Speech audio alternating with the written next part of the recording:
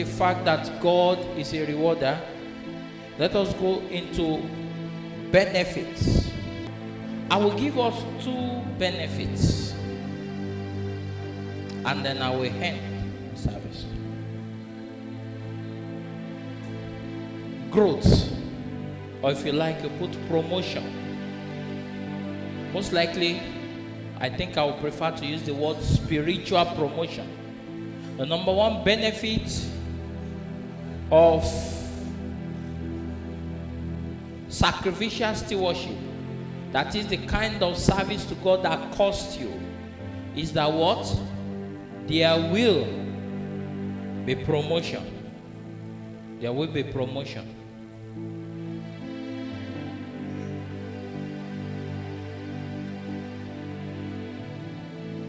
Number 2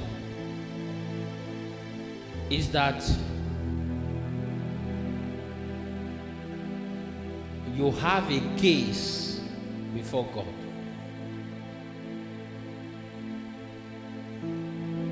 Those are 2 things I'll be discussing with us this night. But I'm going to start from number 2 because it may not be as long as number 1.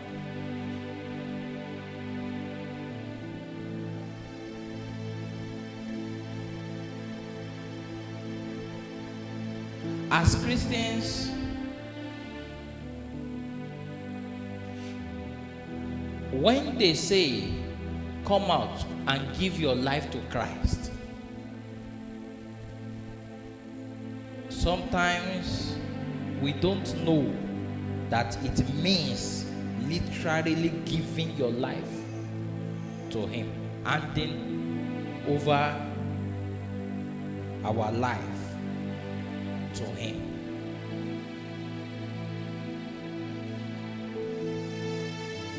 So our ranking as Christians is predicated upon how much of our lives we have given to Him, how much of a time we are not in struggle with Him.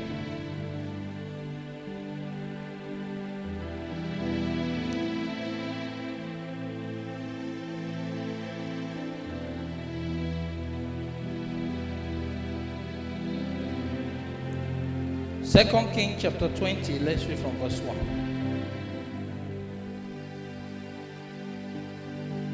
So we'll start. So I'll be starting of you what? Having a case before God.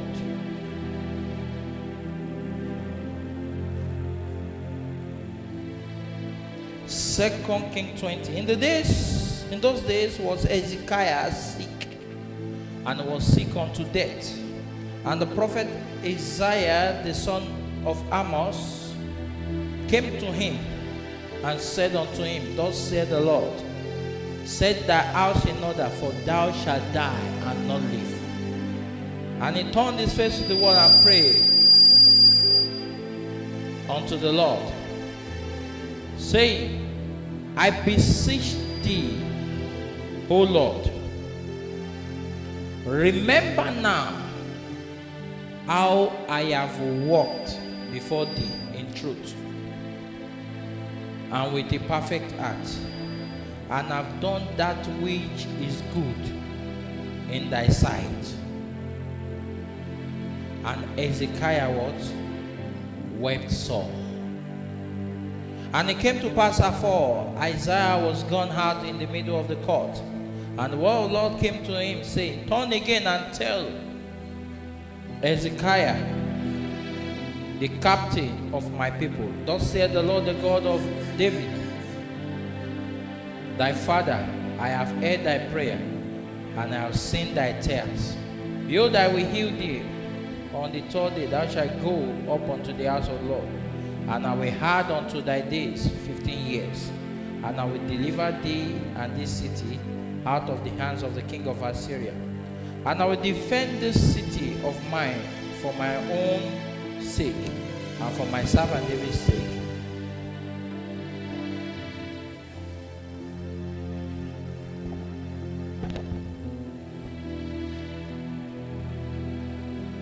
This man was sick and said, God, and they told him he was going to die. So he said, God, remember all my good works. If God were to remember your works, will it change verdicts?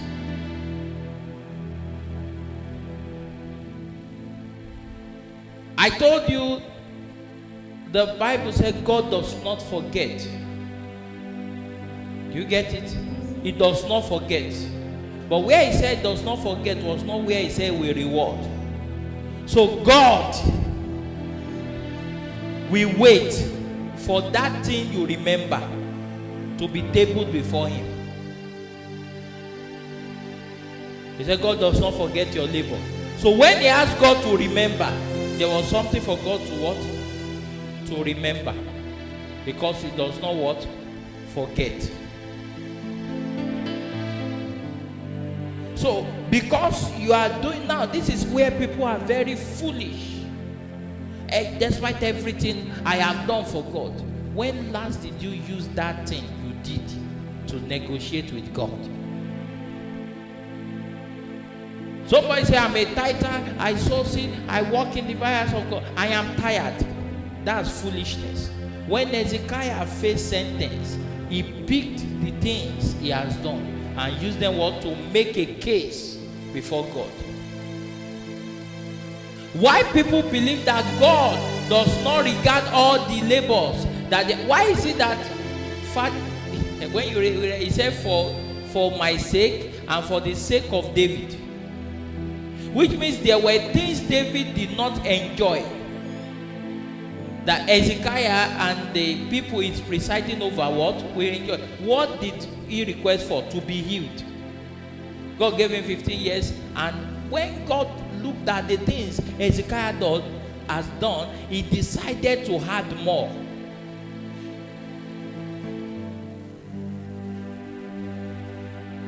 He said, I'm going to what? Deliver thee and the city. That was not part of his prayers. He only asked God to remember. That is some of the things, sacrifices you are offering to God now. They are wagers for you to make case before God. Don't wait for God to automatically use them. No. Many people are suffering today because what that woman said, your servant, he served God all his life. But the man did not use that. He suffered and died in debt. He didn't use that quality. But the wife saw that no, this is a sacrifice that we must not erase. So he went to Elisha and began to talk about the service of her husband.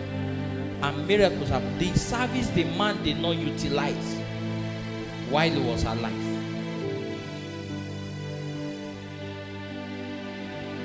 So don't let anybody deceive you and tell you that God does not reward. The problem is that he does not forget. So that thing that he does not forget, they are tools to make cases before him. He said, let us read. He said, put me to remembrance. Isaiah. Put me what? To remember. He said, let us plead together. But when you want to plead, what do you have? What have you done for him that you can use to plead?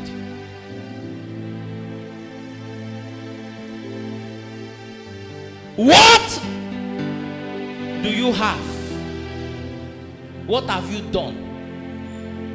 What sacrifice have you offered?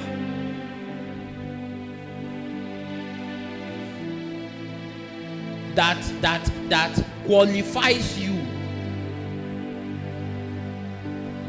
So those things are not in ways. The problem is that most times, number one, is that people have nothing worthwhile. Many people backslided because they could not wager for God. So your sacrifices are tools to say, God, remember my works. Remember my works. But when he remembers, what do you have? I heard a story by God's servant Apostle Johnson Suleiman. He talked about one of his pastors calling him about from the Western world, and he sent a picture. I was like, what's this picture for? Why did you send this to me? And he called, he was crying. He said, this woman, there is nothing we want to do in the church, she will do it. She will say, Pastor, don't worry. He said, now she's sick, emaciated, and need what I carry. And I can't help her. If somebody should die, it should not be this woman. And that was enough to move that man of God.